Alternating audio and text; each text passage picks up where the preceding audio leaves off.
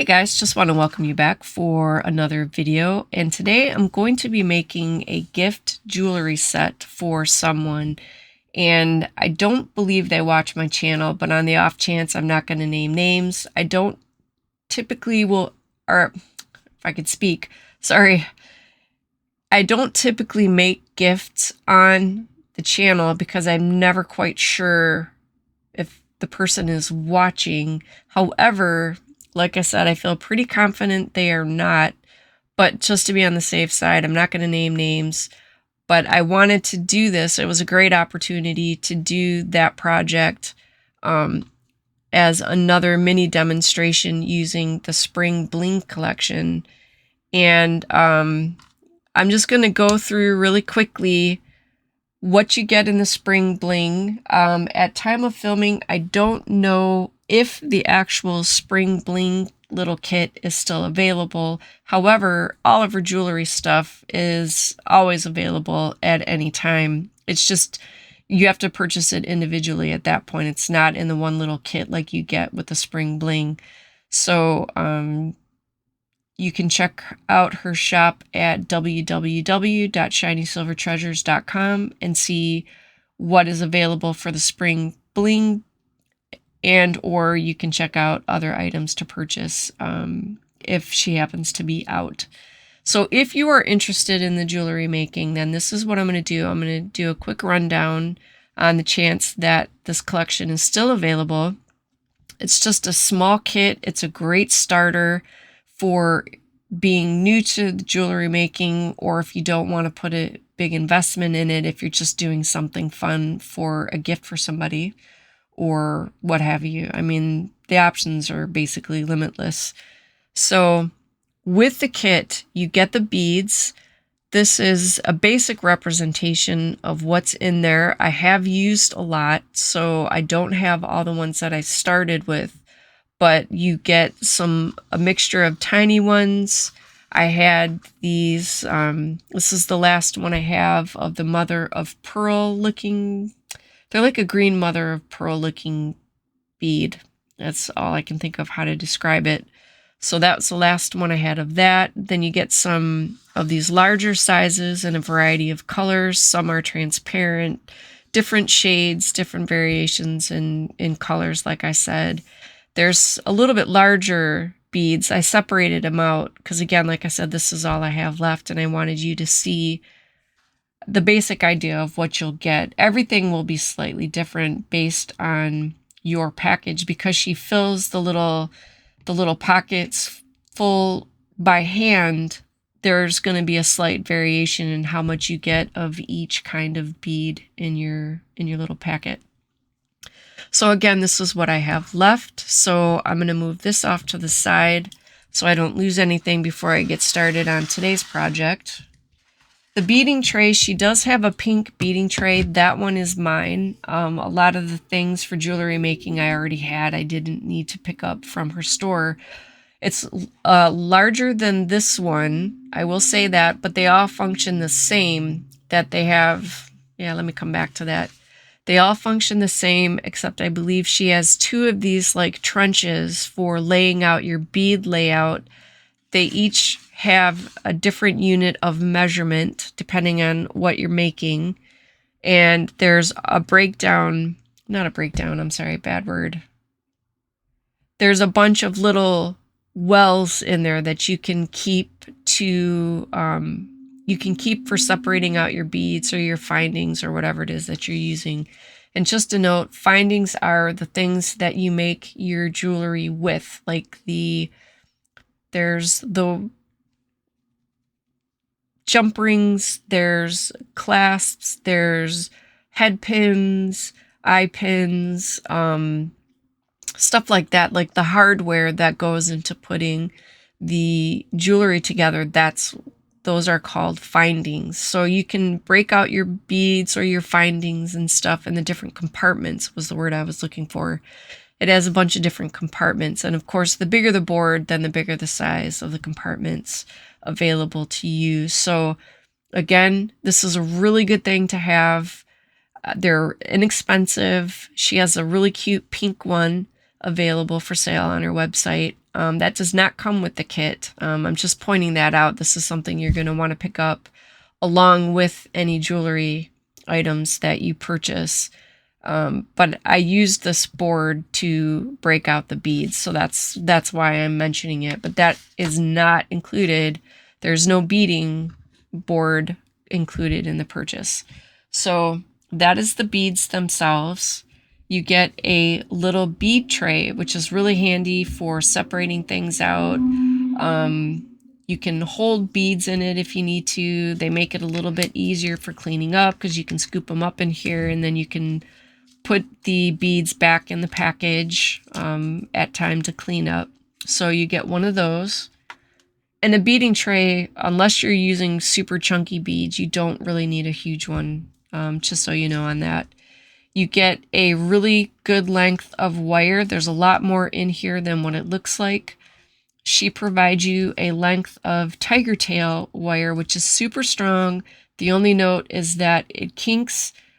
It can be easy to kink it, and once it gets kinked, you can't use that section. You would have to cut it off and get another piece or whatever it is that happened.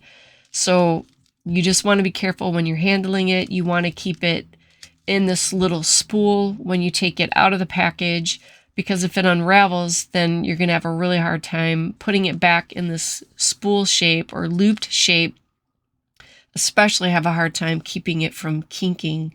So just be careful when you're handling it, but it is really strong wire. Once you get your project complete, it's really strong. So that's definitely a good type of wire to use when you get into the jewelry making. Then you get a packet of clots or clamshells, depending on where you come from. They're going to be called one or the other of clot or clamshell.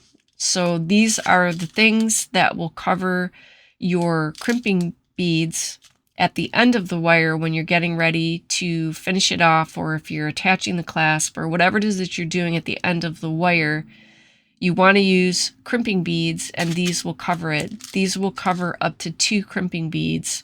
And then when you close them, they have a loop on the end that you can attach a jump ring to. So that's what you get a packet of, and she included the dark ones. She also included the crimping beads that I mentioned, and she specifically used silver, so it's much easier to see on the inside of the clamshell or the clot. So just so you know, that was done on purpose, especially if you're new, because it could drive you crazy trying to see where the little crimping bead is inside this clot to try to get the crimping beads in place. And if you can't see them, then yeah, it can be fun. So in any case, that's the wherewithal behind including silver for the crimping beads. Then you also get a packet of oval jump rings, and oval jump rings are really good because they open from the side. When things hang as a bracelet or a necklace, whatever's hanging on them will get pulled to the sides of, or the ends of the oval jump ring, rather than getting stuck in the middle where they might come undone. The problem with jump rings, especially the round ones, is where that gap is where you're going to tend to lose things off of your necklace, or it may come apart just because the gap can be tricky. So by having the oval, it's very difficult for something to fall off of that gap since it lands in the middle, if that makes sense. So, but you'll see a working example of that coming up.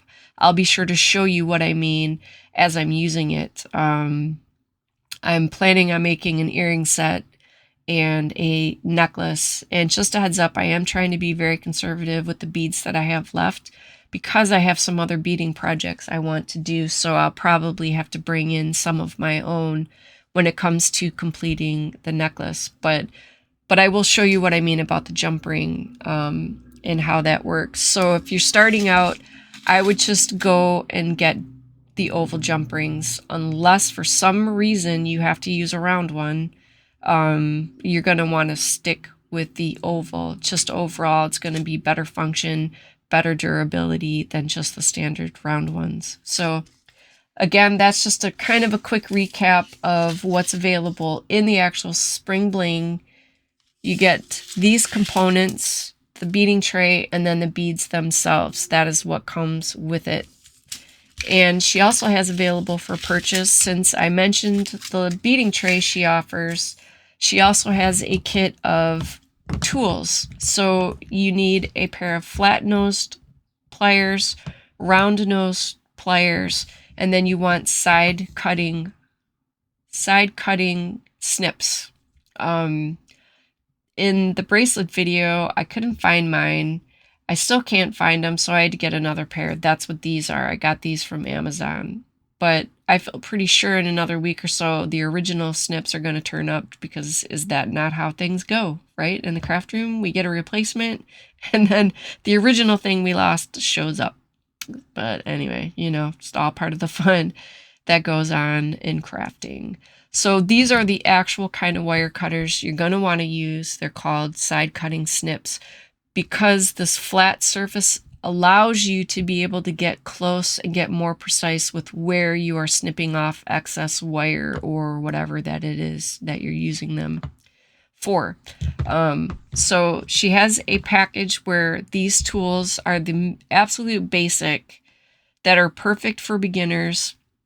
The pliers, definitely when you're starting out, you want to get the smooth ones. Some of them have like a grip on the inside or serrated inside, and this can end up damaging the wire. So there's a specific use for serrated pliers, but that's something that we could talk about much later. For starting out, you're going to want the smooth, flat-nosed pliers. And that's it. That's any combination. You're going to use any combination of these three things for the most part during your early jewelry making years. So anyway, not to get redundant on that, but the tools are also available. Like I said, the beading tray, she offers a pink one. You're going to want a piece of felt. I can't recall if she has that also available at her website. But if you don't have one, you can use something like a small microfiber towel would work good too in a pinch if you don't have anything else. That's what I use, because I don't happen to have a little felt pad. And that's fine. This does the job for me. So anyway, just a quick recap. Like I said, I'm going to try to keep this little mini tutorial as concise as I can. I didn't want to get into too big of an explanation over what's in the Spring Bling, but just a quick overview. And again, I don't know what is still available for the actual Spring Bling kit, but if you check our website, you'll be able to see for sure if it's still available. All right, so let me get everything set up and then I can get started for the tutorial. And I'm going to start first with the earrings. All right, I'll see you back in just a second. Okay, all right, so I got my first little earring that I'm going to work with here. So first thing I'm going to want to do is I'm going to want to attach this little charm. So let me get my other little plier here so I can open them up, and let me do this. Sorry.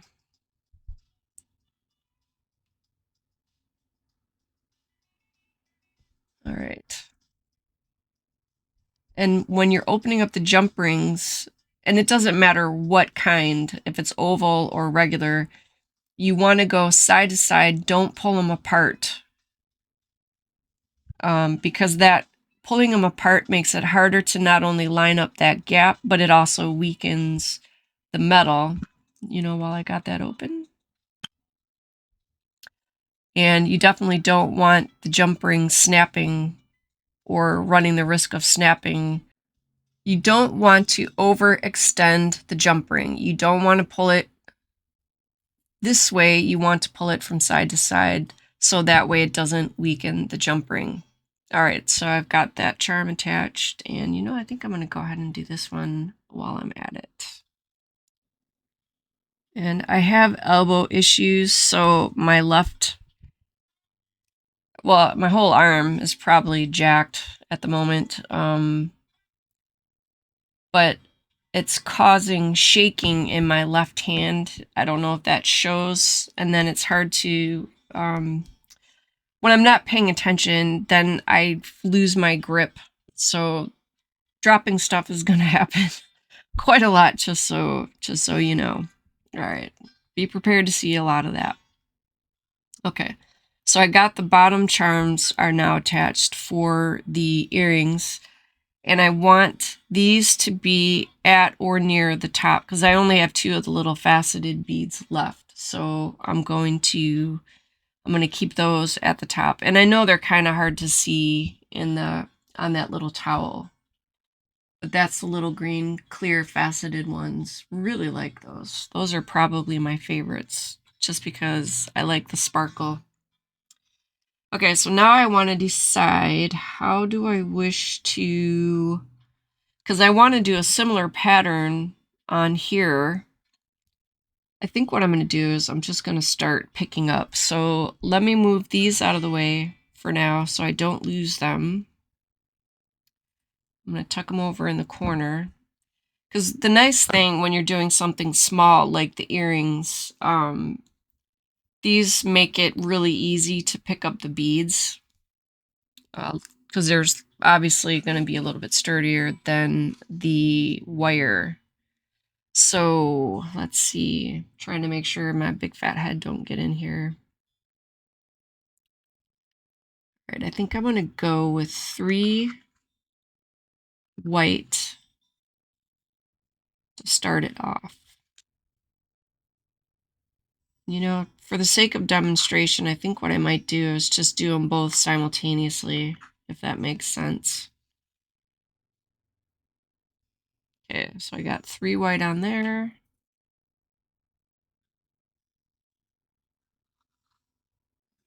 Okay, and then I think what I'll do is one of the larger green beads. So now we got the green bead. Now what I'm going to do is I'm going to show you, I'm going to use some of these little, you know, there's probably a technical term for that, but God bless, I cannot remember what it is. But anyway, this is the part that will go with the bigger beads. And I think I like the dark transparent-ish beads. So in any case, so here's the little decorations that I was talking about where they cap off and they add that little bit of embellishment to the ends of the bead. Let me see if I can get it to focus. Come on now. There we go. You can see it there on the camera. It just adds that little detail. You don't have to use things like this, but I really, really, really like them. I like the look. So I'm going to go ahead and do another larger green bead. Okay. And I'm going to lay that down carefully so they don't fall off. And then we'll do the next one. Now, just a note, when you are loading the beads onto the pins like this, you need to be sure you leave room to make a loop to close it off at the top. Because obviously you need to have something to attach at the base of the earring. Oop, that almost was backwards. Okay, and then again, coming in with one of the larger of the smaller beads. All right, let's see. Do I have enough room? I think I do. I think I'll do another little goldy one here. And again, the size of the beads will vary, so something else to keep in mind. Actually, let me use one that maybe is not so fat. Just so I don't run into an issue where I run out of space at the top to make that closing loop. All right, so let me grab another gold. And then I think what I'm going to do is do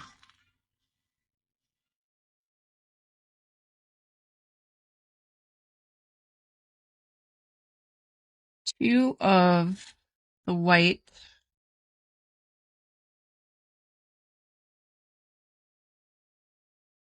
and a gold. And let's see if I got enough room. Oh, here they are. Okay.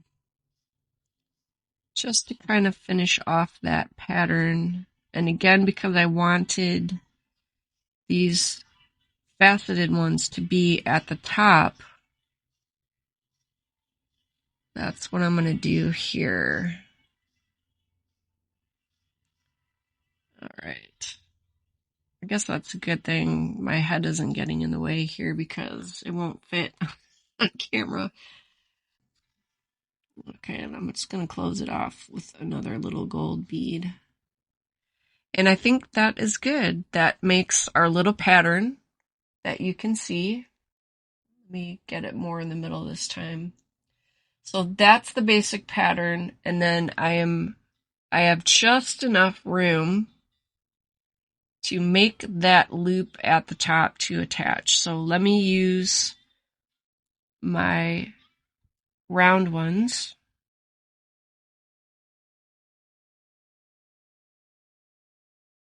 Now don't completely close that loop, of course, until you get it attached. So now I need to make sure I get it onto the base of the earring, and then I can come in and finish and close it off.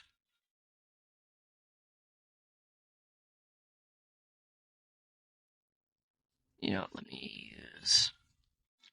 This is where these flat ones are pretty handy. They can give you a little bit more room to grip. Sorry. Keeping my hands in frame and doing what they need to do. There we go. Okay. So that finishes off our first earring. I gotta take my cheater glasses down so I can see. Okay. All right, so that's the first one, and that was perfect. And I still had room to finish it off at the top like I wanted to with that translucent or the clear faceted bead. So now let me finish off the second one. All right. So again, before you completely close that loop, you want to make sure you get it on the earring before you completely close it. That is something I am famous for forgetting to do. I'm sure those of you who know me will be shocked to know this. So, without all the stopping and the starting, generally earrings can take a pretty quick amount of time depending on, the complexity of what you're doing. But these, I just wanted to keep it simple for the purpose of the tutorial.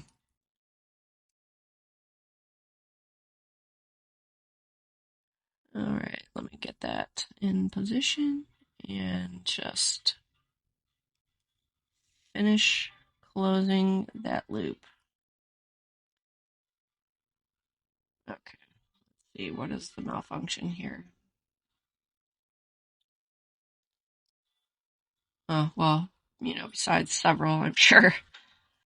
I have several malfunctions going on at any given time. Like not keeping my hands in the frame. And it's probably even more hilarious now that I am zoomed in. Because I keep bringing it up to my face, I think is part of the problem. Even though I can see what I'm doing, I keep wanting to bring it closer to my face. And I need to stop it. All right, did we get it? All right. Here is our earrings for this set. And I like the length of them, but they're not too long. A simple pattern, but there's enough detail in there that makes them fun. So let me just get that back down in the proper place because, okay. So that is our set. Okay, 1 second. Okay, so I found what I have that's comparable in any case to the little white ones. So let me take a second and pull these out. Yeah, let me just go through these really quick, make sure I got all the white ones that were still available in here. I think that, oh, one more. Yeah, not too many left. So what I'm going to do is I'm going to use that little beading tray. It's also handy for sorting and separating. So this can make your life a lot easier. You can use it as a scoop when you're cleaning up. Or, you know, when you're adding elements in and out, it's a good way to hold the beads and stuff that you're working with. So I'm going to mix those in. This was, again, the closest thing that I had to the white. So we'll kind of go with it. If they get blended, you know, that's fine. But they're not really, it's not going to be that noticeable.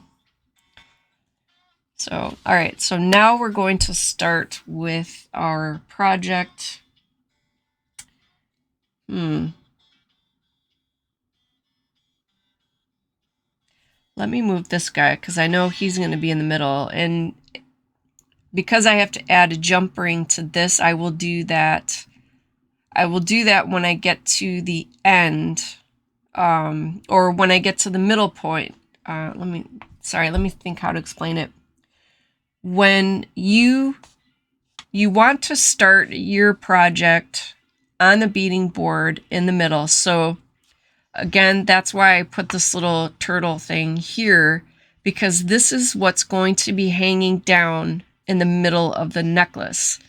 So when you build your beads out, you want the pattern to start here on either side of your middle point, and then you build that same pattern up and around until you get to where you're going to finish off, where you're going to attach the loop and the clasp in order to, you know, for them to put the necklace together. So when I start loading the beads onto the wire, and once I get to that part, it won't really take too long. I probably spend more time finding stuff and everything than what it'll take once I get the beads in place to start popping them on the wire. But when I start loading them onto the wire, when you get down to this part, this is where you will attach your charm. And then you will finish filling it in until you get back up to the end, if that makes sense. And again, this will make sense as we go along, particularly for those of you that are new. So just again, point of reference, 0 is the middle of your necklace and where whatever charm you have is going to hang. So that's what's going to be your middle point. So let me move that guy because we don't need him just yet. And I'm going to get my cheater glasses back on here while I start sorting through the beads. And again, because I am picking up the pattern more or less that's in here, I'm just going to keep this one for reference, and then I'll start loading the beads into the tray. So for the starting point then, how this one started, this is what I'm going to do. Because these are tiny, sometimes it helps to just pick up with the tweezers, especially since my hands are shaky. So I'm going to start out at my middle point, and again, I'm going to figure out the pattern. It doesn't matter, the beads don't have to lay perfectly straight. It isn't going to impede anything when you're getting ready to start loading it on the wire. So I'm going to lay out the bead pattern first fairly quickly, and then I will prep the wire to start loading on the beads, if that makes sense. So I think when I did the bracelet, I did the loop end where you attach it to the clasp. I did that end first. This time I'm going to go in reverse And I'm going to attach the lobster claw end first and then work my way around. So again, I'm not going to exactly mimic that pattern, but I'm just kind of getting an idea of the color palette that I want to use. Whoops. Okay, this is driving me nuts. Where did that little white bead go? Where did it go? Oh. Okay. All right. Again, there will likely be some kind of editing going on for this. Because, yeah.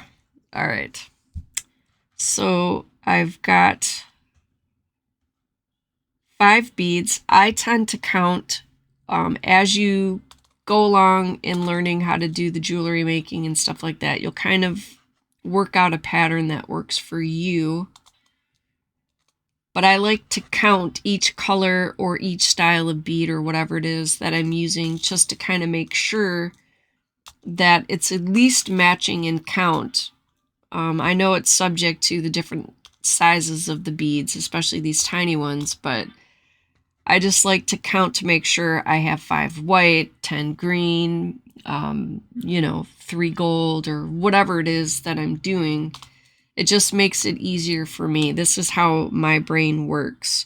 But if you don't need to count and you're just eyeballing it, that is totally fine too. Just so we're clear. You just kind of develop a method of working as you go along.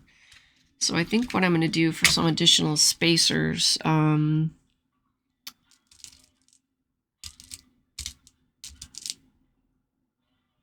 see, those are kind of big. I know I have a lot of different kinds of beads here. So, all right. So I'm going to do 3 of those.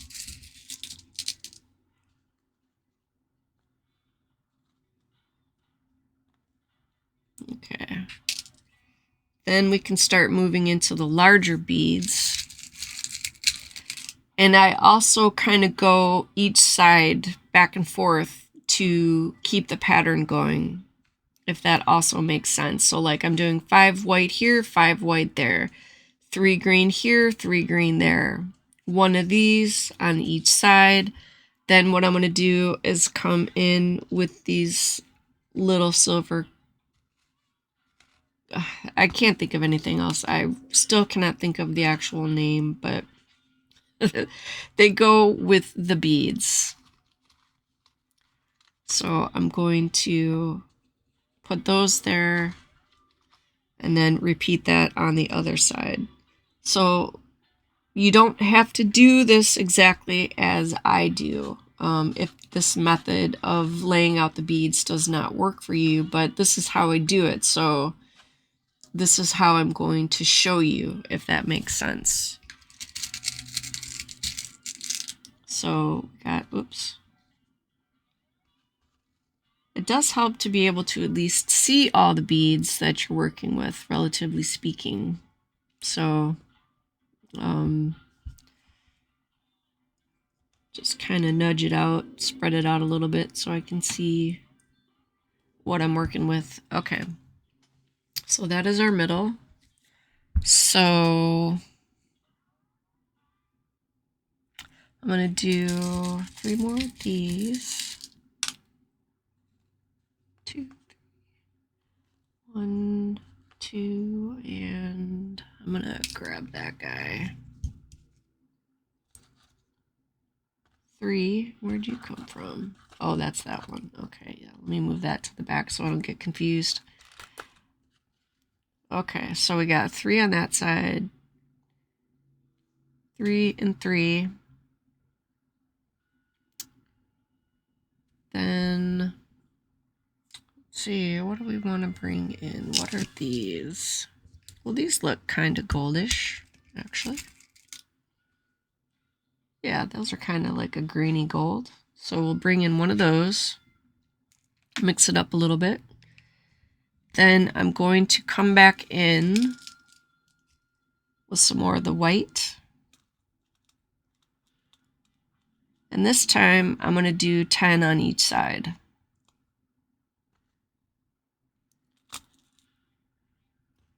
And I'm trying to make sure that I'm using up Dawn's beads first, because that's what I have the least amount left.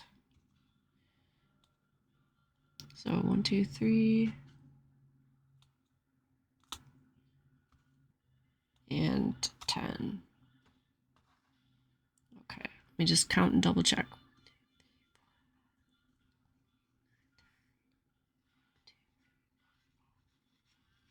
Okay, so we got 10 and 10.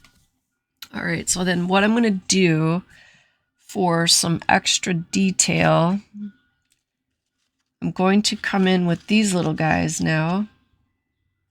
So I'm going to need some more of that mid-green size, or the mid-sized green.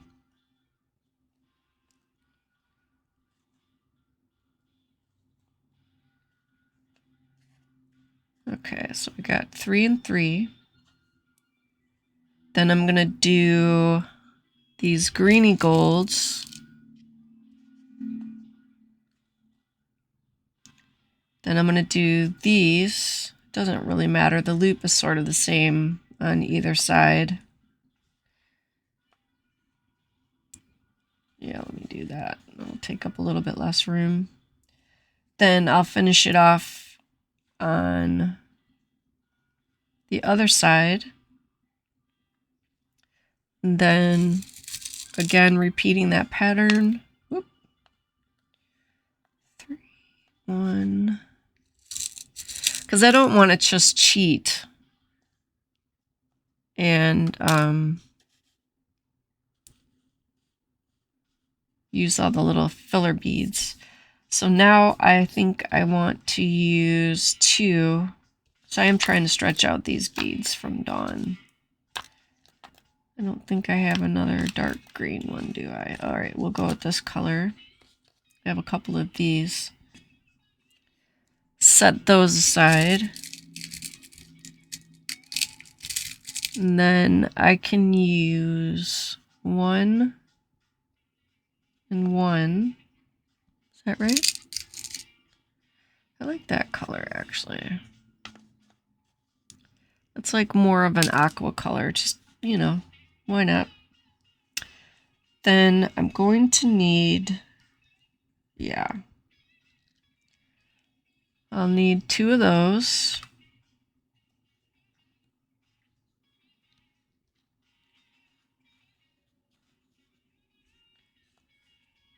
And then 2 more to finish that off.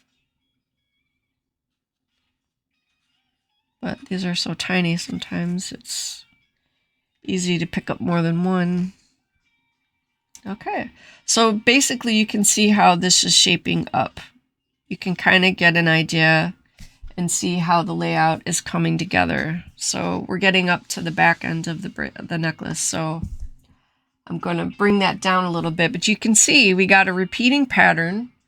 Doesn't have to be perfect because again, each bead is going to be slightly different in size. So, and I'm looking at the monitor to make sure I'm keeping everything in frame. I think we're back to these little ones. Wait, was it these? Yeah. 2, 3. 1, 2, 3.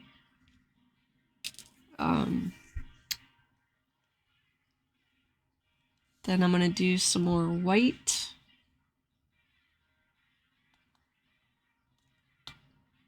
And that should pretty much finish this out. I think I'll finish it out with some of these green ones.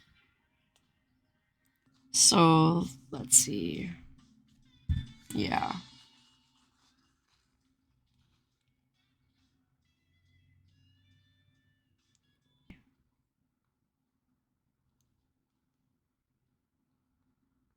Seven, 10, 11, 20. Let me get that guy out of there. So, okay. And again, I know they look kind of overlapped. That'll be totally fine as long as I start with 20 because this is going to be, I'm going to start at the back of the necklace, work my way around, attach the charm, then continue on and finish off. So as long as I'm counting 20 beads from here and going forward, it's totally fine that it doesn't look like there's any gap in the back to where the clasp would be. It doesn't have to be at this point. All right, so let me carefully, so I do not have to repair my layout. Okay. Alrighty, let me get my wire out. So again, here, I'm going to make sure that I keep it pinched the entire time I have this in my hand, because if not, it's just going to go poof, and then I will never get it re-spooled or re-looped to get it back in this little baggie. So let me be very, very careful. So I'm just going to eyeball. I know I moved my little beading tray off camera, and I do not want to move it or try to move it back while I am holding this loop of wire. So I'm just trying to kind of gauge where I have enough plus a little extra for attaching the clasp. Okay, so this should be more than enough. You always want to give yourself more than what you need, just in case. So again, I'm using my side cutting snips, or side cutting cutters, whatever you want to call them. So keeping these pinched, or keeping this pinched in my hand, I'm going to carefully put this back in the bag, because this is new. This is new. I had never heard of tiger tail wire until I got some from Dawn for this kit. So this is new, but I'm remembering you got to be careful, keep it pinched so you can put it away. All right, so now I'm going to keep that beading tray off to the side while we do the thing about the crimping beads. So when you are doing your starting end, if that makes sense, I know, sort of starting end, hilarious. Okay, I want this clot to be the stop for the beads when I start loading them on the wire. So this has to go on first, and you have to go from the back. There's a little teeny hole in the middle, and again, I will do my best. This is already zoomed in as far as I can zoom it, but there's a gap at the back of the clot or the clamshell that you will feed the wire through. So I'm just going to feed this through. So it looks like a mouth, basically. It looks like a mouth. So you're going to come from the back of the mouth and feed it out. And you can kind of catch it in your fingers so it doesn't get too far down the wire and then fall off. I mean, I guess it really wouldn't matter. Once you got the crimping beads on there and in place, you can just put it back on. But it just makes it easier for my hands work better if I'm holding the clot in place rather than trying to, put it back on later. Like I said, you'll work out what is comfortable for you as you go along. So this part is a little bit easier. You have a little bit more flexibility in terms of doing the crimping beads. When it comes time to finish off the other end of the wire, that can be a little bit trickier because you have the beads holding the clot is more, well, you'll see. Let me not get too far ahead, I guess. Let me stop there. And basically what you're doing is you're just squishing and compressing that bead onto the wire. And let me get the other one.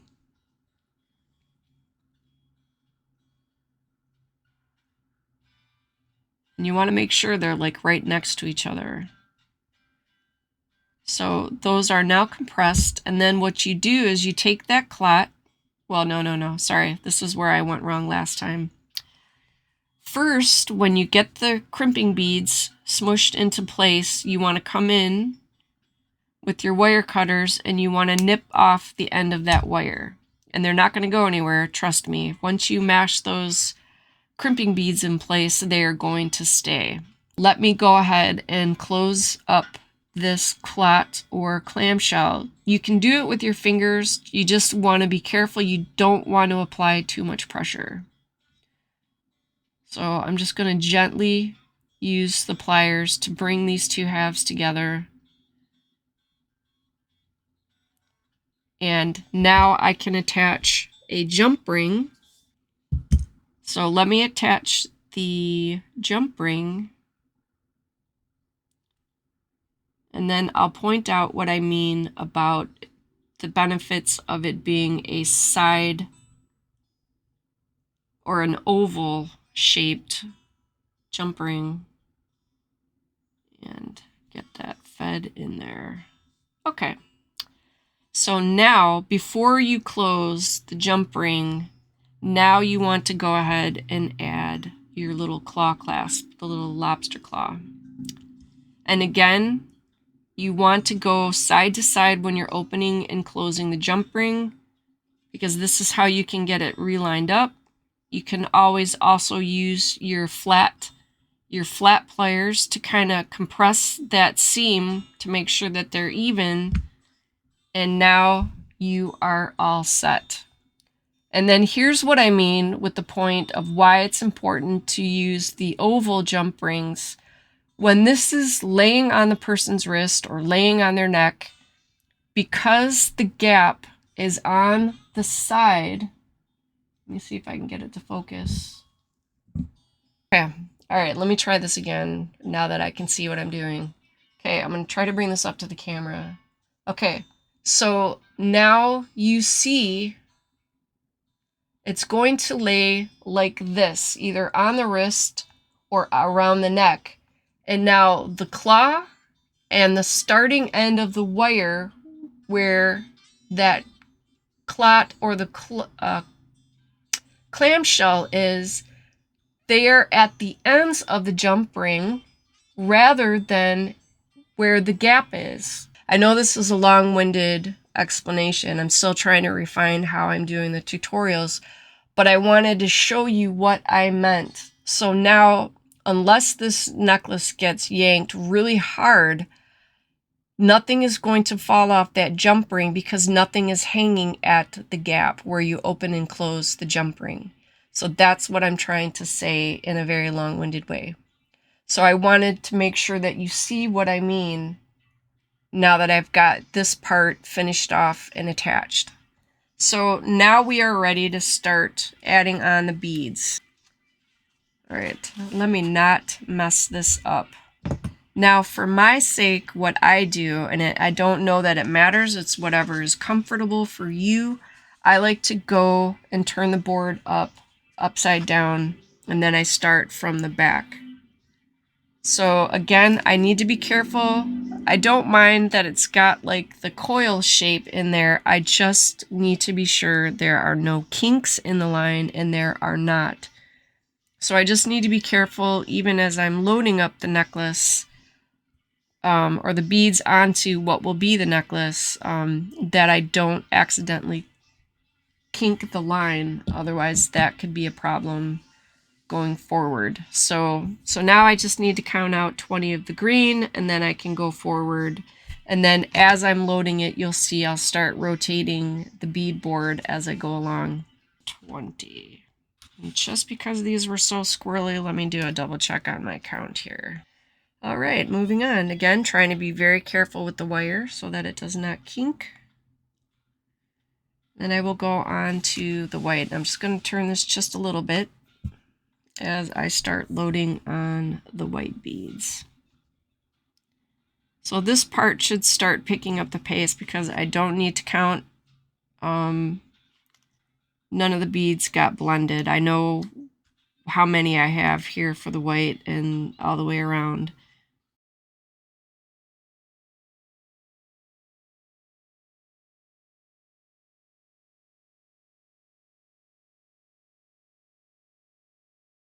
That we're about to the charm. So I need 5 white here.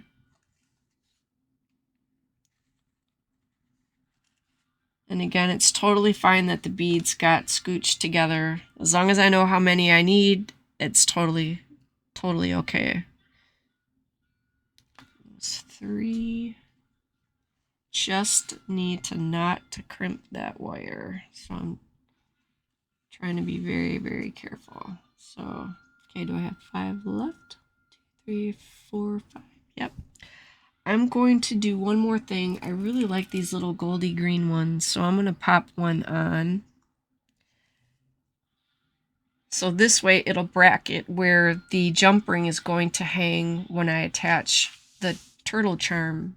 So basically we are at the halfway point already. Look how quick that went right on camera to be able to come back now and finish off. So let me get another jump ring. Where the heck did I put him? Right in front of me. Let me go ahead and get that on. Should have enough of a gap. Or not. It's a fairly wide loop on the end of the charm here, so. Alright. Yeah, I can close that up because.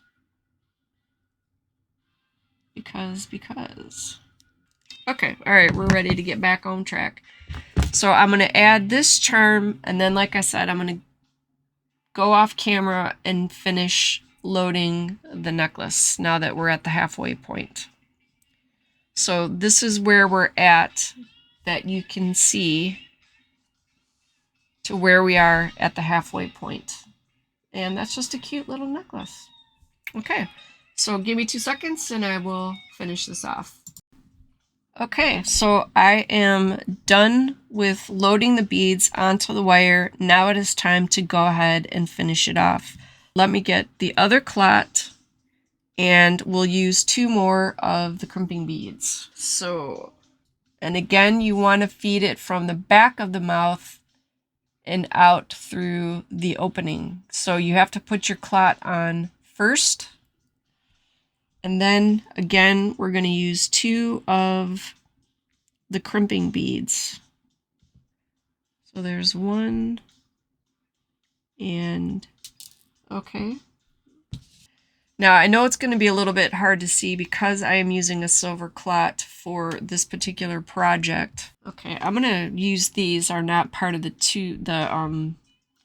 standard things that you need, but because I don't want this to be 8 years with me trying to fight and find the beads, these are flat and smooth on the inside. So I'm going to take advantage of that hook on the end and use that to kind of reach down in there and crimp that bottom one. I need to get that bottom one first if I can. All right, did I get it? Let's take a look. All right, I managed to get them. I was sort of working blind a little bit, and I think there's going to be a little bit too loose of tension, but that's okay. Again, this is just for, oh, why did I do that? I did that last time. Oh, cut your wire first. I'm going to see if I can carefully reopen that. Because again, like the ovals, you don't want to try to keep opening and closing these things and then have an issue with it weakening and breaking. So, okay. All right, we have corrected that problem. And I'm going to carefully close the clot again for the clamshell. Okay, let me line those back up. Just to make sure that it's flat. Hey guys, I do apologize. I did not realize the camera was not filming there at the end while I was sorting out the jump rings and stuff like that. So it's all done now. I did manage to complete the jump ring. So I feel we didn't really miss too much. It was just me opening and closing the jump rings and stuff like that. So the little chain extender is now done. And this necklace and everything, it's all ready to go in the description box below. But all of the regular links will be there as well. So if you are interested in anything you've seen to this point for the Spring Bling collection, as well as any of the tools and the beading board and all the stuff that's available for doing the jewelry making off of Dawn's site, then you can visit www.shinysilvertreasures.com and see what she has. And like I said, at time of filming, I don't know if any of the little prepackaged Spring Bling kits are still available, but there's always jewelry stuff to be had on her website, so definitely go check that out. Hopefully you guys had fun with this. So in the meantime, you guys, like I said, thanks for hanging out. It is always so much fun. Take care, stay safe, and I will definitely be seeing you in the next video.